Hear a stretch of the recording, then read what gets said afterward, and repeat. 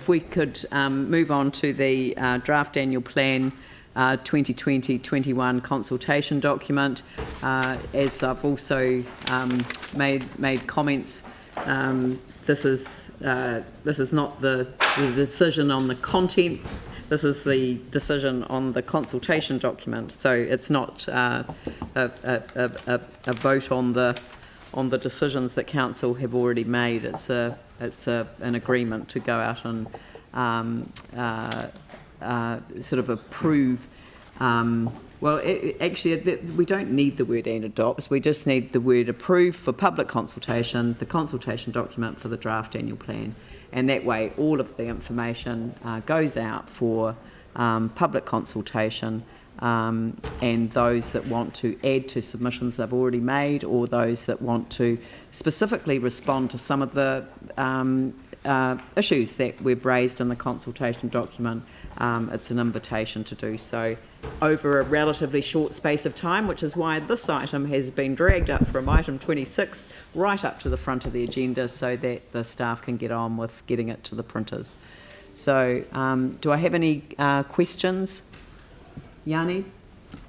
Thank you. Just bearing in mind there's a lot of confusion over the water issue, I did send some feedback and it was slightly past the deadline, but I just wondered if that was able to be incorporated with just showing on property size the water allocation and what that means. Yeah, the consultation document's been through quite a bit of work, and it's very clear now about this being a journey, and this part of the journey is in relation to the top 20% of users.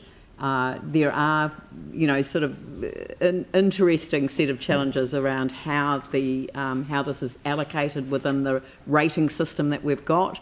But we have a bylaw that covers this, and if we are to change the bylaw, we need to do that in the context of the long-term plan. So this is a step in the right direction. It is now absolutely clear in the consultation document how this will operate. So it's moved on quite a bit. Councillor Jansen, since you saw it last, that piece in there, that section in there, we've done a fair bit of work to make it clear. Yeah.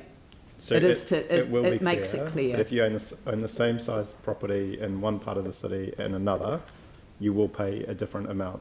No, because it's included in your rates depending on the nature. I mean, the rates are established on capital values, as you know, and it does mean that there is a higher that you don't reach the limit. But this is not a debate about the content, totally, Yanni. Except it's not a debate about the substantive content. I think for people to make submissions to clearly understand what it means in some parts of the city is really important. And I think one of the things that I think maybe some of us didn't quite realise when this was being adopted by council as a draft was the impact it would have in the lowest economic parts of the city around charging more. No, it doesn't. It doesn't, Yanni. I'm sorry. Councillors have been briefed on this. You weren't available for the briefing.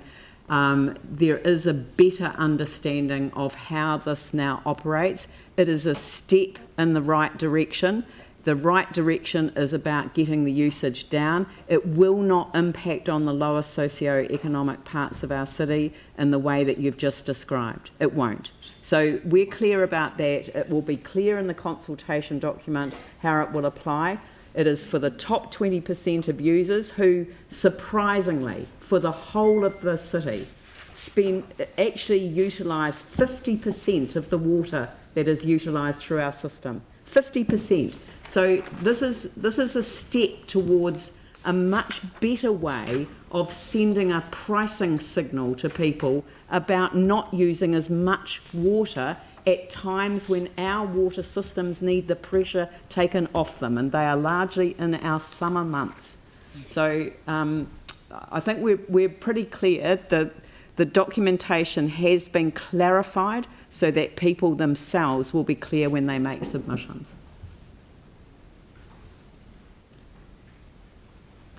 Aaron. Yeah, my one's not around water. It's just on page 2 of the document, 9 of our agenda. It has the average house with a value of 508. The increase is 50.37 a year or 97 a week. Why do we use average and not median? Because it's an exponential scale.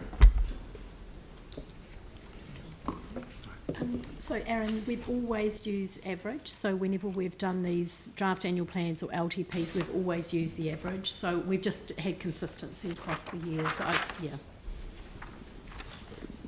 Right. Yeah, because it could be seen to be misleading. We could even have both. Would be fair, I would have thought, because some people go, they open their rates and they go, hang on, mine didn't go up by the amount they said. Mine went up considerably more, or quite a lot more, because they're at the higher end of that exponential scale. We do have all of it broken down though at the tables at the back where you can work through and see your property. So yes, we do talk about the average, but it's easy enough to find exactly what it would be for your property. Yeah, I have seen that before. It's just that when you go out to the media, they always say, oh, it's only this, but not only for everyone. That was all.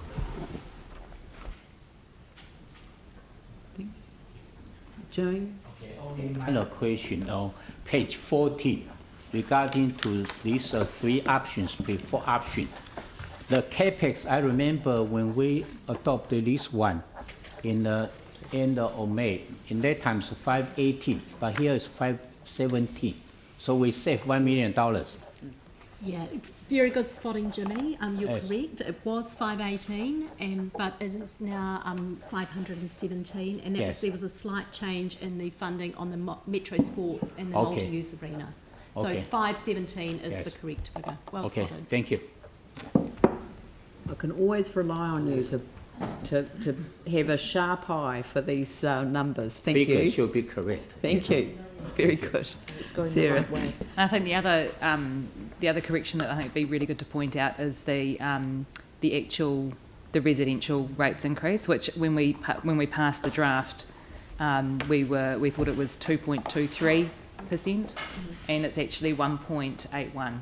Yes. So you'll recall the time scale that all of this was prepared under, and it was very intense and very tight. And so between doing that initial draft and finalising it, we've done a lot more checks, and the final position is the 1.81 for residential, and that is reflected in this consultation document that you have. The other change is the one that we signalled as well at the annual plan meeting on the 29th, where we've just updated that schedule of Appendix F around the OPEX savings. So you'll see there's a specific resolution in here today, Resolution 5, that just refers to that.